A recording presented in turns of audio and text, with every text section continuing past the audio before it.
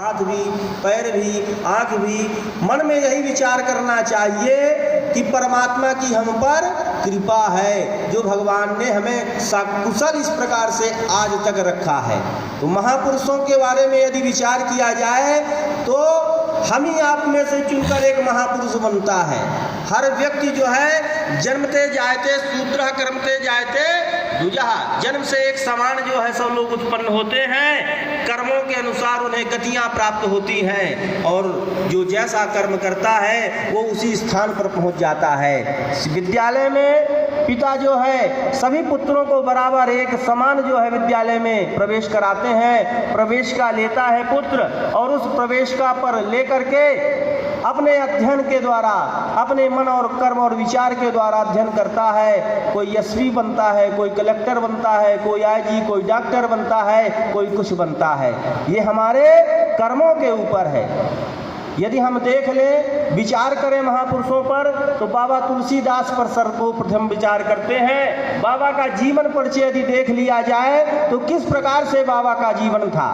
माता पिता सब कुछ का जो है उन्होंने इस सारा सुख देखा है, आप सभी जानते हैं दृष्टांत कथाएं। लेकिन बाबा ने ऐसा इतिहास रच दिया कि आज बाबा नहीं है, लेकिन जगह जगह बाबा की जो है प्रतिमाएं, बाबा की पुस्तकें आज भी पूजनीय है। इसीलिए बाबा को बार बार प्रणाम किया जाता है। इसीलिए कहते हैं गुणः सर्वत्र पूज्यन्ते पितृवंशो निरर्थकः वासुदेवम नमन्ति में वासुदेवम नमानवः।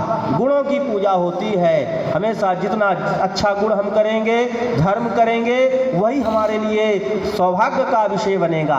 बाबा ने इतना अच्छा लिख दिया है कि कहीं कुछ सुधार की जरूरत नहीं है, विचार की जरूरत नहीं है, मनन की जरूरत नहीं है, केवल आचरण में उतारने की जरूरत है।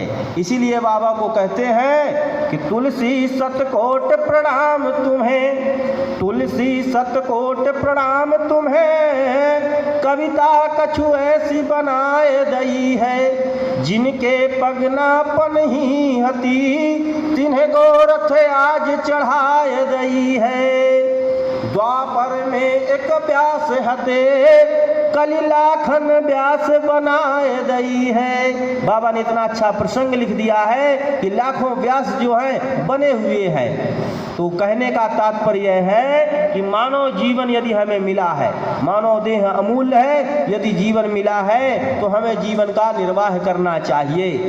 गृहस्थाश्रम, वानप्रस्थ, ब्रह्मचर्य, गृहस्थ, वानप्रस्थ और संन्यास, गुरुदेव ने इन चारों धर्मों का निरूपण बड़ा सुंदर सुंदर किया है। ब्रह्मचर्य यदि हमने जीवन व्यतीत किया, फिर गृहस्थ में प्रवेश किए, फिर वानप्रस्थ, फिर संन्यास, तो हमें पहली अवस्था को सुधारना होगा। हमारी अवस्थाएं पहली बिगड़ जाती हैं, इसीलिए सारा जीवन हमारा अस्त व्यस्त हो जाता है। महापुरुषों का जीवन यदि उठाकर देखा जाए तो उन्होंने शुरू से ही अपना जीवन इस प्रकार से ढाला है, इस प्रकार से ढाला है कि उन्होंने कठोर परिश्रम किया है। पानी भी यदि, जल भी यदि तैरना चाहे तो वह भी जल धारा के साथ तैर सकता है। कैसे?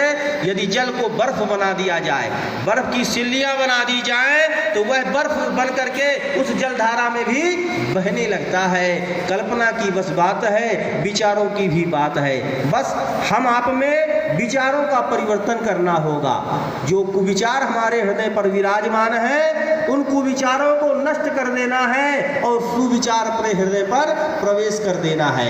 यही हमारे मिशन का दायित्व है और मिशन का जो है निर्णय है। तो कहने का तात्पर्य है कि हमें भगवत परायणता होनी चाहिए।